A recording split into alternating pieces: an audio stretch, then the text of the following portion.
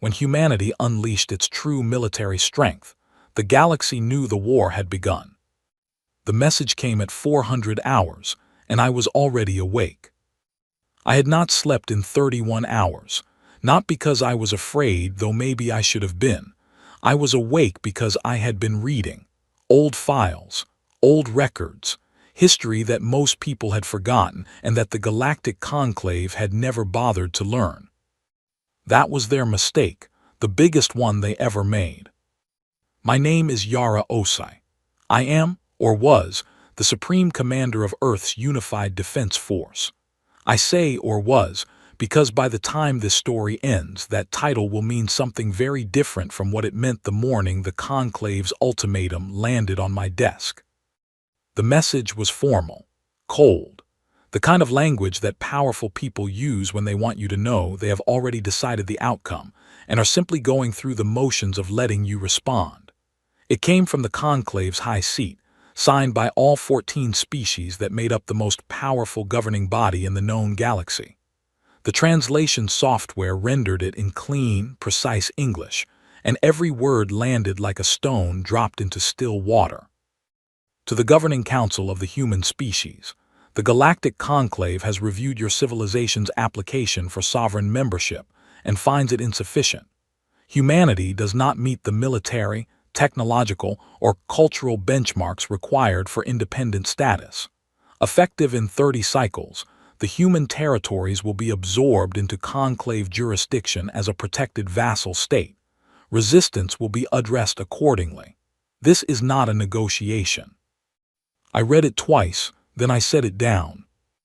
Across the table from me sat 6 of my most senior advisors. General Pete Harlan, a broad-shouldered man from Bristol who had spent 40 years in deep space operations and had the kind of stillness that only comes from surviving things that should have ended you. Deputy Commander Fiona Reeves, the sharpest strategic mind I had ever worked with, a woman who could read a battlefield the way other people read a novel. Dr. Len Adler, our Chief Intelligence Officer, who had spent 20 years feeding false data to conclave observation probes, and doing it so cleanly that their own analysts had never once flagged an anomaly. And 3 others whose names I will give you later, because right now what mattered was not who was in the room, but what we all knew and what we had all quietly been waiting for. Nobody spoke for a long moment. Then Pete said, very quietly, 30 cycles. 29, I said. We need 1 cycle of buffer. Fiona looked up from the translated message. Her expression did not change. That was the thing about Fiona. She had known this day was coming for 15 years. She had a drawer in her desk, back at the command center in Geneva, that contained a single sealed folder. She had shown it to me once 3 years ago and told me it contained the first operational order she would give when the moment arrived. She had not opened it since. She had not needed to. She had written it from memory, and she had kept the entire plan inside her head ever since, running it forward and backward through every scenario, every variation, every possible conclave response. She said, we need to let them believe they won. They already believe it, Len said. He folded his hands on the table. Their intelligence reports show 37 functional warships registered to Earth's defense fleet, all of them outdated by conclave standards. They've been watching our shipyards for 80 years and seeing exactly what we wanted them to see. They don't know about the yards, Pete said. It was not a question. They have no idea the yards exist, Len said. I picked up the message again. I read it a 3rd time, not because the words had changed, but because I wanted to fix them in my memory. I wanted to remember exactly how the conclave had spoken to us. I wanted to carry that weight with me into everything that came next, not out of anger but out of clarity. Anger makes you rush. Clarity makes you precise. I set the message down again. Send a reply, I said. Make it sound like we are frightened. Make it sound like we are asking for more time to prepare our people emotionally. Use language that suggests we are considering compliance. Len nodded slowly, a stall. A performance, I said. They expect us to beg, give them exactly that. Fiona was already writing on her tablet. She did not look up. I will draft it. Good, I stood. My chair scraped back on the stone floor of the bunker. The lights above us were low, the kind of lighting that was meant to feel calm and controlled, though none of us were calm and all of us understood that control was relative. Pete, I need confirmation from the yards within 6 hours. Full readiness status on the Leviathan-class ships, all 4,000 of them. Pete did not blink. I will have it in 4. Len, I need the Pale Horse Network status. Every node, every dormant unit.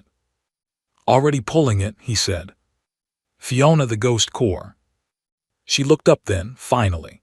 There was something behind her eyes that I had not seen there in a long time. It was not quite pride. It was more like relief. The kind of feeling that comes after you have been holding your breath for so long that breathing again feels like a revolution. 12 million soldiers, she said, fully trained, fully equipped, ready on your word. I walked to the single narrow window at the far end of the bunker. It faced east, toward what had once been the old city of Geneva before the Conclave's first diplomatic visit 40 years ago had prompted us to move everything important underground. Through the thick glass, I could see the first gray light of pre-dawn spreading across the hills. Earth was quiet. The sky was still dark enough to see stars. Somewhere out there, beyond the distance that human eyes could reach, the Conclave's advance fleet was already moving into position. 14 species, thousands of warships, absolute certainty. I pressed my hand flat against the cold glass. 80 years. 80 years of carefully looking small.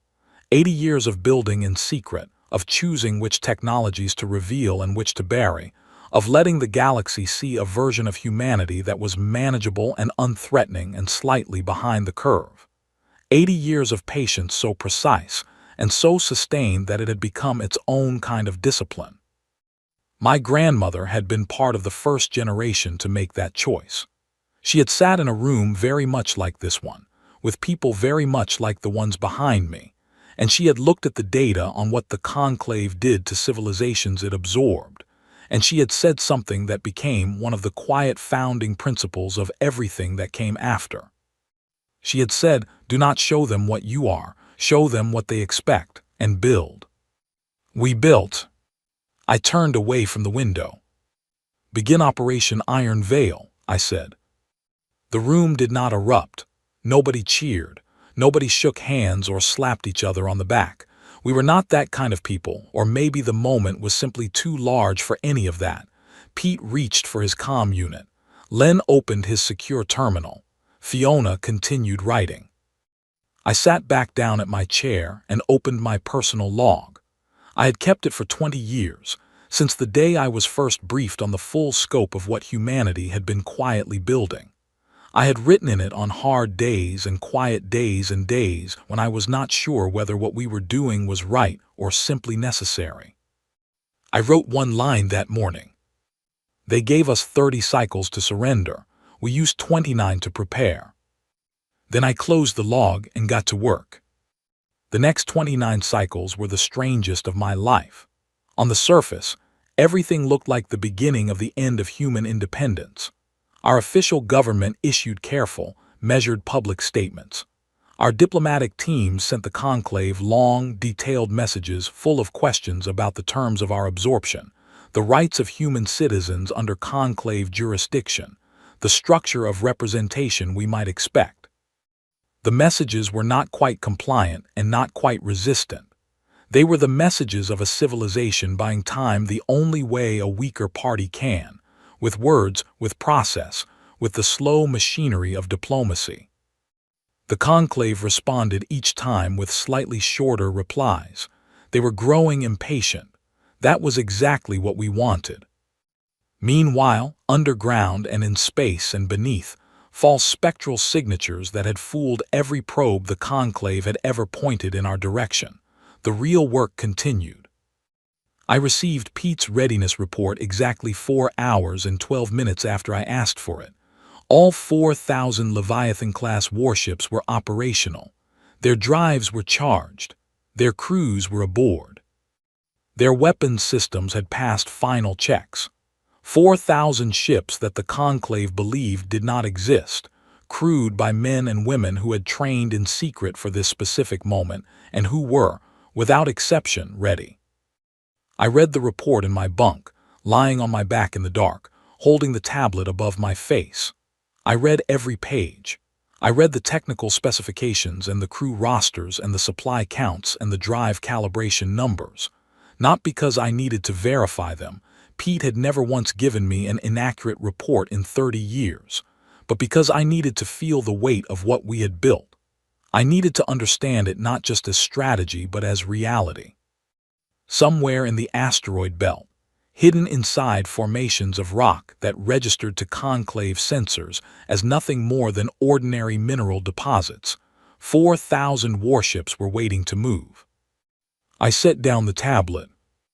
I thought about the people who had built those ships, engineers who had worked their entire careers in facilities that did not officially exist, scientists who had solved problems that the Conclave's best minds had not yet thought to ask, workers who had signed documents that bound them to silence not through fear but through understanding, because every one of them had been told the full truth about what was coming, and every one of them had chosen to stay and build anyway. That is the thing about humanity that the Conclave had never managed to study correctly.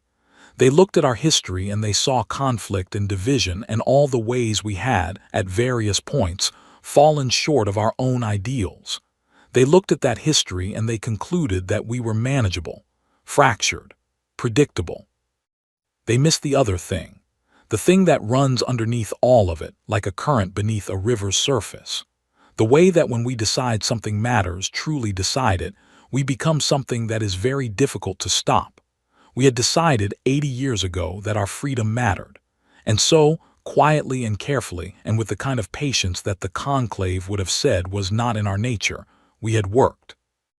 On the 29th cycle, at 600 hours, I sent the order that ended the masquerade. Iron Veil was complete. The message went out to every corner of the operation simultaneously, to the yards, to the Ghost Core staging areas, to the Pale Horse Network's control stations, to the Dyson partial facility hidden behind Jupiter's magnetosphere, where a star had been quietly contributing its energy to our power grid for 60 years. Every system confirmed receipt within 40 seconds. I sat in the command center in Geneva, surrounded by the soft light of 100 displays, and I listened to the silence before the storm. Outside, through the cameras mounted on the bunker's surface, I could see the sky above Europe, pale blue and still. Birds were flying over the hills. Someone down in the residential section of the bunker had made coffee, and the smell of it had drifted up through the ventilation system. I thought about my grandmother. I thought about what she would have said, sitting here in this moment. I thought she probably would have said something sensible and practical, like make sure you have eaten, because the next several cycles are going to be long. I reached over to the side of my desk and picked up the cup of tea that Pete had set there without comment sometime in the past hour. I took a sip. It had gone cold. I drank it anyway. Then I opened a channel to the Conclave's communication hub. It was time to stop performing. The message I sent to the Conclave's advance fleet was not a declaration. It was not a speech. It was simply a set of coordinates. Their own. I included nothing else. No explanation. No warning. Just the numbers, precise to 6 decimal places, broadcasting at full signal strength on every frequency the Conclave fleet was monitoring. Then I watched. From the deep sensor array that Len's team had spent a decade building and disguising as a routine weather observation network, we tracked the Conclave fleet's response in real time. There was a pause of about 40 seconds, which I suspected was the Conclave admirals deciding what to make of a message that was, by any reasonable measure, completely baffling. Then their formation tightened. They were preparing for something, though they did not yet know what. They were about to find out. Fiona, standing at the central command display beside me, said quietly, "Pale Horse is live." across the galaxy's trade lanes, in the holds of conclave cargo ships, in the maintenance bays of conclave way stations, in the narrow gaps between the hulls of the warships now holding position at the edge of human space, 40 billion dormant units came online simultaneously. They had been sleeping there for years, placed one by human operatives working slowly and carefully across decades, tucked into corners where conclave sensors did not look closely because there was no reason to look closely. They were small. Each unit was roughly the size of a human fist. Individually, they were insignificant. Together, they were something else entirely. The advance fleet had 11 seconds of warning. That was not enough. And I watched the conclave's certainty end in silence from 40 million kilometers away, and I felt the weight of 80 years lift from my shoulders and settle into something new, something that had not yet been named. The galaxy, I suspected, was about to learn that humanity had a very long memory, and we had used every year of it. The conclave's advance fleet had numbered 6,240 ships when it dropped out of faster-than-light travel at the edge of the Thorax corridor. I know the exact number because I had the final count on my display at the moment of their arrival, fed to me from the deep sensor net in real time. 6,240 ships, representing the combined military contribution of 11 conclave member species, crewed by beings who had spent their entire professional lives learning how to project power across a galaxy that had, up until this morning, given them very little reason to expect anything other than obedience. I am Admiral Yara Osai. I want to make certain you understand what I am about to tell you because I know how it sounds, and I know that even now, a year after it happened, there are people who hear the account and struggle to believe it. I have the sensor logs. I have the communication records. I have testimony from 712 crew members who were present. I have the conclave's own internal after-action report, which they tried to classify and which Lens people recovered within 48 hours of its filing. Everything I am about to tell you is exactly what happened. The conclave fleet arrived at the Thorax corridor at 7:14 hours, my time. They came in a standard assault formation, a configuration their doctrine had refined over 400 years of absorbing civilizations that were not prepared for them. The formation was designed to project maximum visual and sensor presence. It was meant to be overwhelming before a single weapon was discharged. The psychology was simple. When a prey species sees the full scope of the force arrayed against it, the impulse to resist collapses. It had worked with minor variations over 100 times. Their lead admiral opened a communication channel within 30 seconds of arrival. Her name, we learned later from conclave records, was Davin Seth. She commanded the flagship, a vessel called the Eternal Affirmation, which was approximately 4 kilometers long and had, by conclave standards, never been matched in direct engagement. She was, by all accounts, a capable and experienced commander who had conducted 17 successful absorption operations over the course of her career. She opened the channel and she said, in the conclave's common trade language, that humanity had until the end of the cycle to signal its surrender or the fleet would proceed to Earth. I did not respond. My communications officer, a young man named Owen Clark who had been with the Defense Force for 6 years, and who had the kind of steady hands that you want at a console during a moment like this, looked across at me from his station. He raised an eyebrow. I shook my head once. Owen nodded and said nothing. The channel stayed open. Davin Seth waited. On the sensor display, I could see the conclave formation holding position, their ships idling, their sensors sweeping the area and finding nothing alarming. 43 ships registered to Earth's defense fleet were positioned at the far end of the corridor. Old ships, outdated drives, nothing that posed a credible threat to 6,000 warships. They saw exactly what we had maintained for decades, a small, undersized, aging military that existed more as a symbolic gesture than a genuine defense force. They saw what we had let them see. What they did not see were the Pale Horse units already active inside their formation. And they did not see the Leviathan fleet holding position behind a broad-spectrum stealth field 17,000 kilometers to their starboard side, close enough that our crews could read the hull designations on Conclave ships without magnification. Fiona was at my left side. She said very quietly, "Pale Horse Network confirms full activation. All nodes in range." I said, "How many units in the formation?" She said, "Approximately 240 million. The Conclave fleet had 6,240 ships. 40 billion Pale Horse units had been seeded throughout the galaxy over 23 years.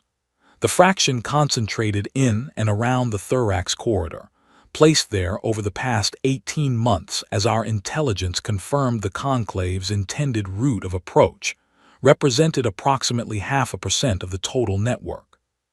That fraction was enough. I said, "Owen, send the coordinate message." Owen sent it. The channel was still open. I know that Davin Seth received the message because the Conclave's own internal records show her reading it at 7:16 hours, and then looking up at her first officer with an expression the records describe as confused. She had just received a message from the civilization she was in the process of subduing, and that message contained nothing but the precise coordinates of her own fleet. She had 11 seconds to decide what it meant. She did not decide in time. At 7:16 hours and 41 seconds, the Pale Horse Network activated. I want to be clear about what the Pale Horse units were. They were not weapons in the traditional sense. They did not carry explosive material. They were precision disruption devices, each one capable of interfacing with the power systems of any known Conclave vessel design through a vulnerability that Dr. Len Adler's team had identified 14 years earlier and spent the years since quietly mapping across every class of Conclave ship on record. Each unit on activation delivered a precisely calibrated pulse directly into a ship's core power regulation system. The result was a cascading shutdown. Shields, weapons, drives, life support on emergency backup only, not destruction. Shutdown. In 11 seconds, 2,816 Conclave ships went dark. Their weapons went offline, their shields collapsed, their drives cut to zero. They were not gone. The crews inside them were unharmed, but they were, for all practical military purposes, stopped. The remaining ships in the formation had the next several seconds to process what had just happened to nearly half their number. I have read the Conclave communication logs from those seconds. The transmissions between ships were brief, rapid, and in every language represented some version of the same thing. "What is happening?" General Pete Harlan, stationed aboard the command vessel in the Leviathan fleet 17,000 kilometers to their starboard, opened a channel to me at 7:16 hours and 53 seconds. He said, "Ready on your mark." I looked at the display. The Conclave formation was in disarray. Ships were maneuvering to avoid the suddenly dead hulks of their companions. Weapons were being brought online. They were trying to find a target and they were not finding one because we were still behind the stealth field, and to them, the only visible enemy was the line of 43 old Earth ships at the far end of the corridor, which had not moved. I said, "Mark." The stealth field dropped. 4,000 Leviathan-class warships appeared on every Conclave sensor simultaneously. They materialized, from the Conclave perspective, from nothing. One moment the corridor was empty on their starboard side.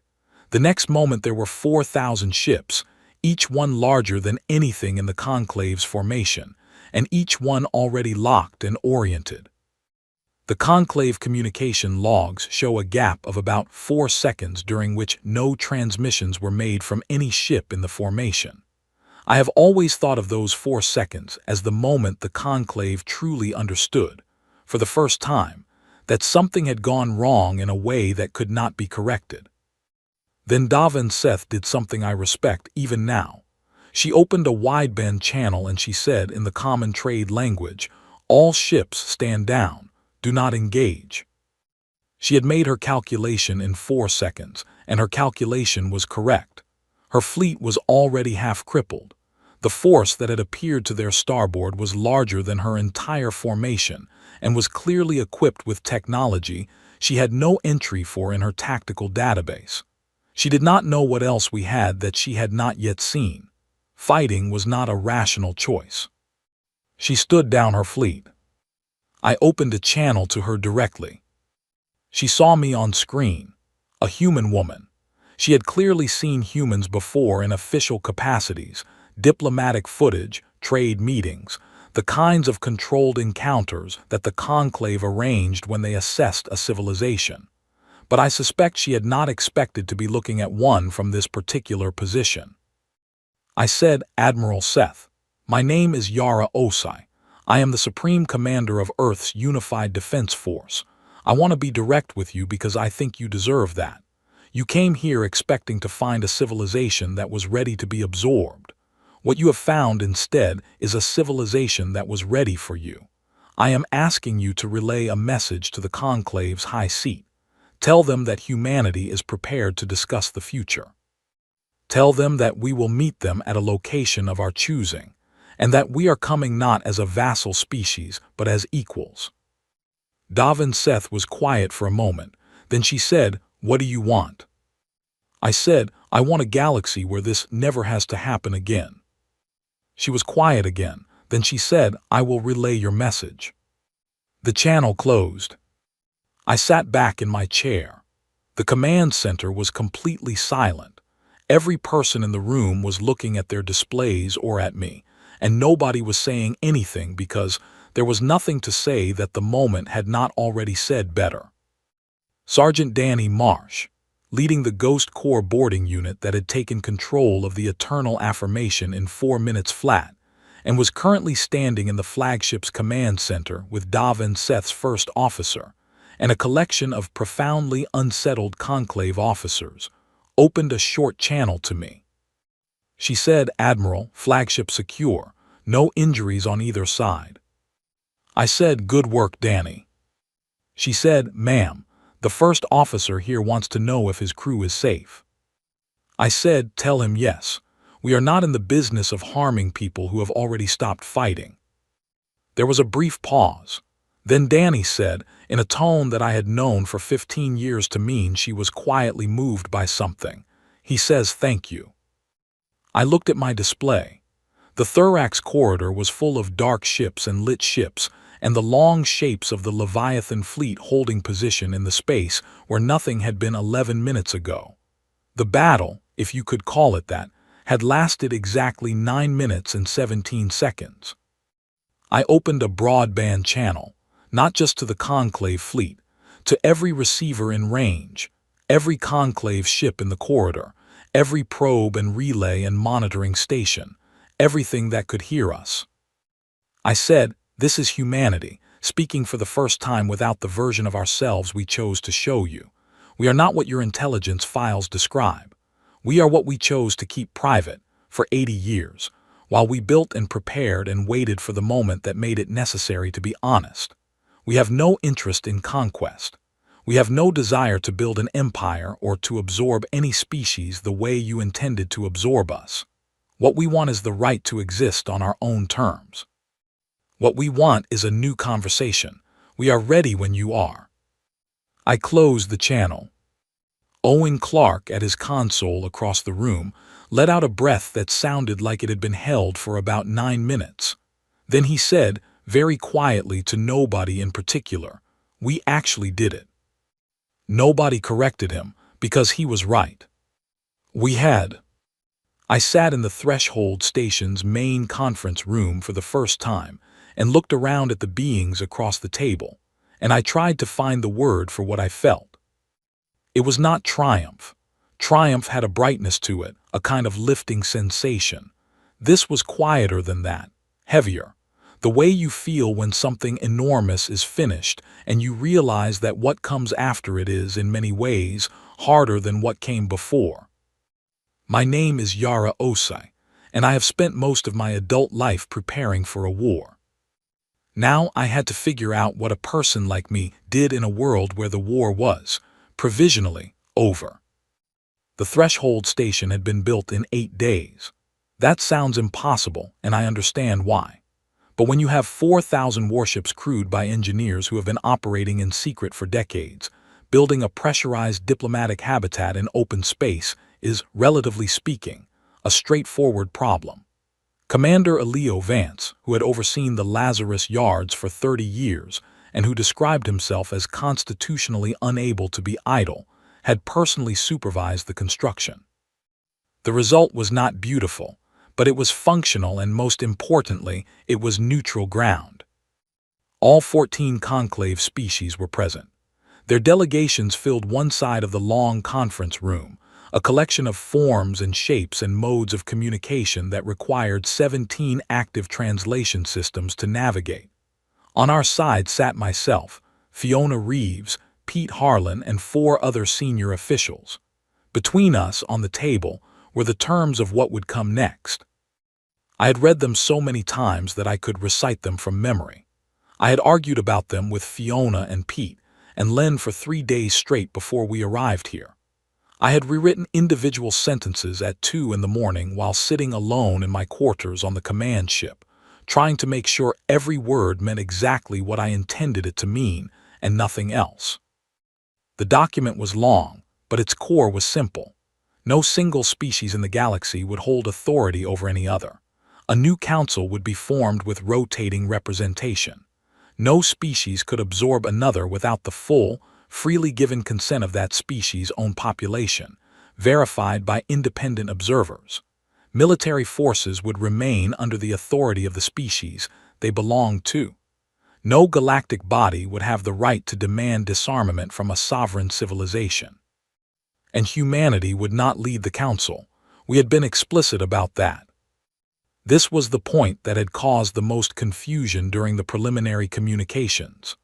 Vethkar, the lead ambassador from the Solvari, one of the oldest species in the conclave, had reviewed our terms 3 times and then requested a private channel with me before the formal session began. His species communicated through a combination of direct speech and subtle color shifts in their outer membrane, and the translation system gave me the words while his color shifted to something the system described as deep uncertainty. He said, "You have just demonstrated that you possess military capability exceeding any other known civilization, and you are proposing that you take no leadership position in the governance structure that follows. I do not understand this." I said, "Which part confuses you?" He said, "All of it. Power seeks to extend itself. That is the principle on which the conclave was founded. Every species that achieves dominance uses it. Why would you not?" I thought about how to answer that for a moment. Then I said, "Do you know how many wars humanity fought against itself before we looked outward to the stars?" He said, "Our historical files suggest a very large number." I said, "We know what it looks like when power extends itself without limit. We lived that story many times inside our own species before we ever met another one. We are not idealists, Ambassador. We know that having power and choosing not to use it the way you expect is not the same thing as being naive. It is a deliberate choice based on knowing where the other road leads." He was quiet. His membrane shifted through several colors that the translation system flagged as processing complex information. Then he said, "Your species has surprised us at every point in this process. I am beginning to think we studied you incorrectly for a very long time." I said, "You studied what we showed you. That was our choice. The responsibility for the misunderstanding runs in both directions." He did not respond to that immediately. When he did, he said something that I have thought about many times since. He said, "I have spent my life believing that restraint was what weaker species practiced when they had no other option. You are the first civilization I have encountered that practices it from a position of strength. I do not have a word for that in my language. I said we call it choice. The formal session opened 2 hours later. Fiona sat to my left, and she was, as always, the clearest thinker in any room she occupied. She had a document in front of her that she barely looked at because she already knew every word. Pete sat to my right, and he was quiet and steady, and his presence in the room was, I think, useful in a way that had nothing to do with anything he said. There is a kind of person who communicates reliability simply by existing, and Pete was that kind of person. Session lasted 11 hours. There were disagreements. Several of them were significant. The Keth delegation, representing a species with a long history of acting as the conclave's military enforcers, pushed hard on the question of their existing fleet size, arguing that the proposed restrictions would leave them vulnerable to adversaries they had accumulated over centuries of working on behalf of the conclave. Fiona handled that negotiation with a patience and precision that I could not have matched. She acknowledged the concern, walked through the proposed independent arbitration mechanism in detail, and found a modification to the relevant clause that addressed the Keth's core worry without compromising the document's central principle. The Solvari pushed on representation. The Marden delegation had concerns about economic terms. The Helti, a quiet species that spoke rarely but always precisely, asked a series of questions about enforcement mechanisms that were, frankly, better questions than any other delegation had thought to raise, and which resulted in 3 additional clauses that made the document stronger. At hour 9, a representative from a species called the Vethorum, who had not been a conclave member but had been present at the session as an observer, requested permission to speak. The Vethorum were a small civilization, by galactic standards, that had been absorbed by the conclave 200 years ago and had since existed as exactly the kind of vassal state that we had been told to expect for ourselves. The translator rendered their representative's voice as a soft, clear sound, like water over stones. She said, "We were invited to observe. We were told we did not have standing to participate in the drafting of this accord. We understood that, but we would like to ask one question." I looked at the other delegations. Nobody objected. I said, "Please ask." She said, "Does this document apply to us? To civilizations that are already within the conclave structure, that did not choose to be there?" The room was very quiet. I looked at Fiona. Fiona looked at me. She had a pen in her hand and she turned it once slowly, and I knew what she was thinking because I was thinking the same thing. I said, "We will add a clause." The conclave delegations shifted. There was a tension in the room that had not been there a moment before. Several of the delegations that represented species with absorbed vassal states under their authority exchanged glances that I could interpret easily enough without a translation system. I said directly to all of them, "If you have concerns about the addition of this clause, I would ask you to express them now." Nobody spoke. I said, "Good, we will add the clause." Fiona was already writing. It took another 2 hours to draft it properly, to make it specific enough to be enforceable and broad enough to cover the situations it needed to cover. During those 2 hours, the Vethorum representative sat in her observer's seat and did not move. When we read the final language back to the room, she said nothing. Her species communicated emotion through a very slight physical stillness, and she was the stillest being in the room. At hour 11, the document was complete. The signing took 40 minutes, one delegation at a time. I signed for humanity last. I used a pen that had belonged to my grandmother. I had carried it in my breast pocket since I left Geneva. When I set it down after signing, I kept my hand on the document for a moment, not to press it down. It was already flat, but because I needed the physical connection to the moment. I needed to feel that it was real. Pete, behind me, said nothing, but he put one hand briefly on my shoulder and then removed it, and that was enough. Danny Marsh was not in the room. She was, at that moment, somewhere in the residential sector of the station, standing in a corridor outside the quarters that the conclave had provided for its own delegation staff. She had gone there because she wanted to see something. She had told me about it afterward, and I have thought about it many times since, because it seems to me to capture something that all the formal language in the world cannot quite reach. She had stood in that corridor and watched conclave crew members, the ordinary ones, not the diplomats or the admirals or the senior officials, walk past. She watched the beings that had, a week and a half earlier, been part of a fleet that had arrived to extinguish human sovereignty. She watched them moving through the hallway of this station, carrying their meals and talking to each other in their own languages, and she said that they looked exactly like what they were. People who had followed orders, who were part of systems larger than themselves, who had probably not personally wanted any particular outcome for humanity, and who were now, like everyone else, finding their way through a changed situation. She said one of them stopped near her, a young conclave crew member from the Solvari, whose membrane shifted in the pale, tentative pattern that the translation system associated with a greeting. Danny said hello back. The Solvari held out something in one of its forelimbs, a small object flat with a geometric pattern on its surface, a cultural item, something between a coin and a card, the way those things blur in any civilization. Danny took it. She told me that for about a second she had not known what to do, and then she had reached into her own pocket and found the one personal item she always carried, a small flat stone from the shore of a lake in northern England where she had grown up, smooth and gray and completely ordinary. She held it out. The Solvari took it. Neither of them had a shared language. Neither of them had a translation device. They stood in the corridor for a moment, and then they went their separate ways, and what had happened between them had no name and needed none. After the accord was signed, there were decisions to make about our own military. The Lazarus yards were partly decommissioned. This was something I had advocated strongly for, over the objection of several voices in our own government who wanted to maintain full capability indefinitely.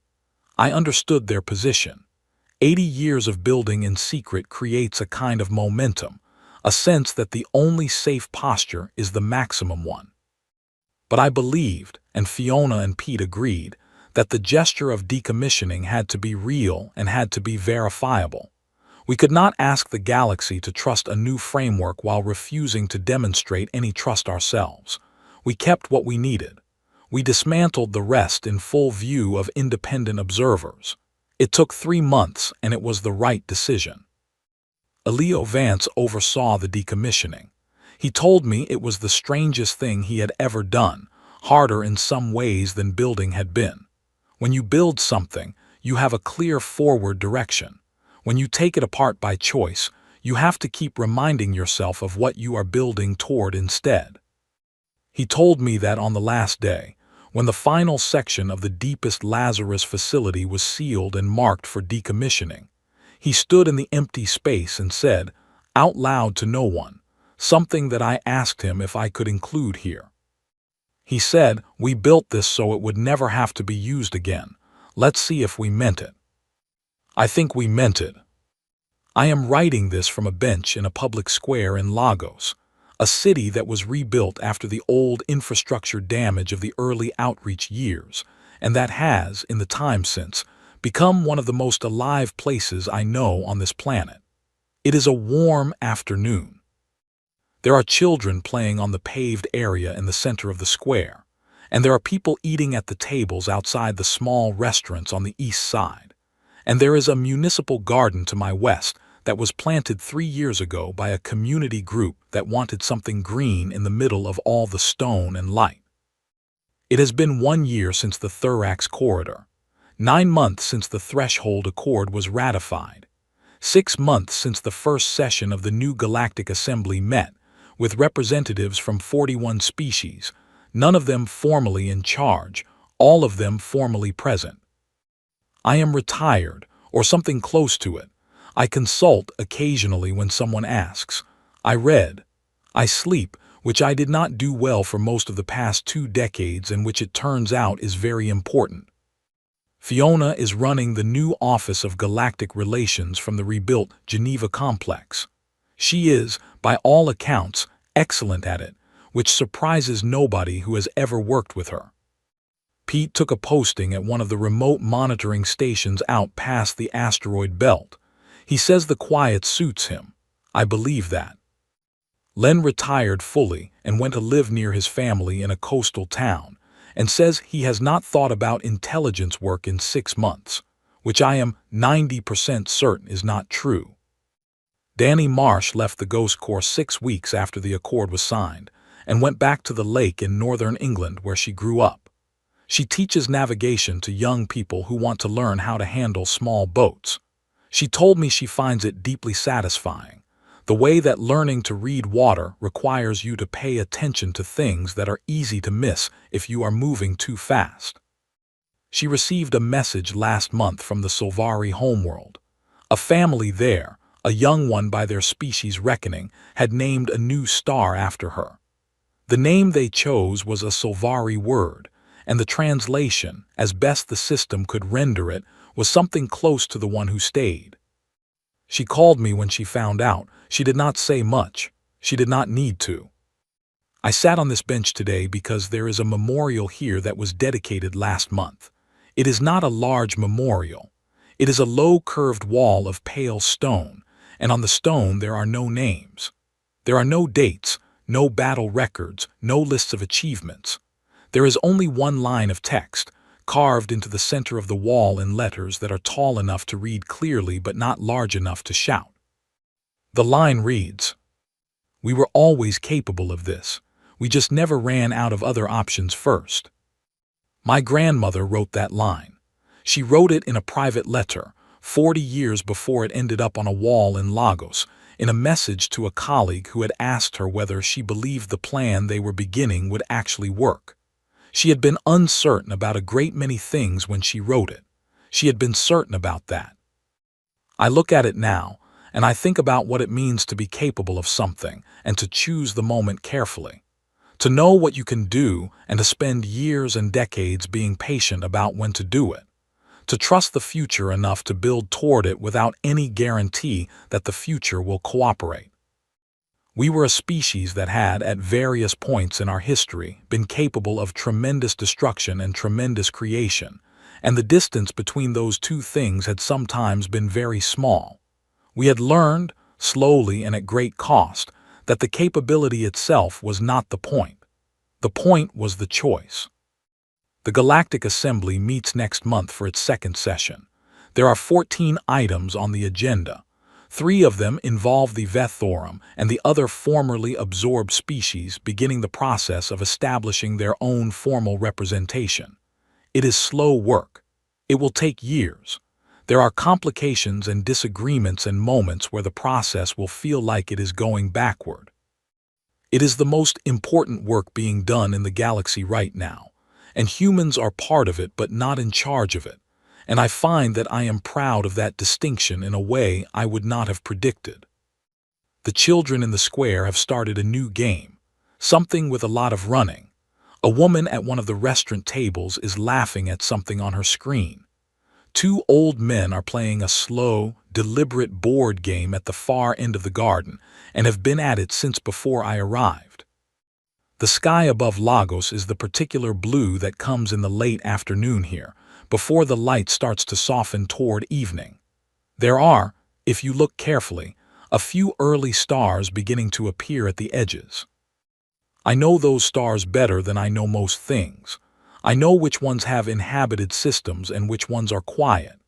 I know the routes between them and the distances and the politics and the history. I spent the most active years of my life thinking about them in terms of strategy and threat and position. I am trying now to learn how to look at them the way everyone else does. Which is to say, with something like wonder. There is a generation growing up right now, on Earth and on the new outpost stations, and on the colony ships that are moving further into the galaxy than we have ever gone before. That will not remember the 80 years of hiding. They will not remember the conclave's ultimatum or the thorax corridor or the 11 hours of the threshold session. They will know these things the way I know the history I read as a student, as events that shaped the world they were born into, present in the background without being immediate. That generation will face things we have not imagined. The galaxy is large, and it is full of questions that the Accord does not answer. There will be difficulties. There will be moments of crisis and confusion and hard decisions with no good options on any side. I do not have any illusions about that. But that generation will begin from a different place than we did. They will begin from a place where humanity is present in the galaxy, not as a vassal, not as a threat, not as a mystery, but as a voice among other voices. They will begin from a place where the answer to the question of what we are capable of is something that the galaxy already knows.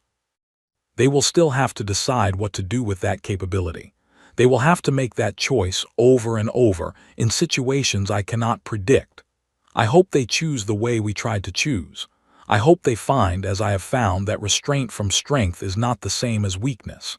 That patience is not the same as passivity. That the most powerful thing you can do sometimes is to choose the moment and to choose it well. The sun is lower now. The light on the memorial wall is warm and slightly golden, and the text catches it in a way that makes the letters stand out cleanly. We were always capable of this. I read it one more time.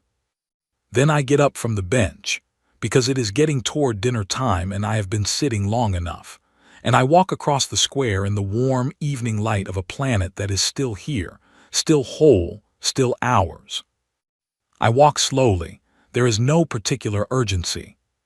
For the first time in a very long time, there does not need to be.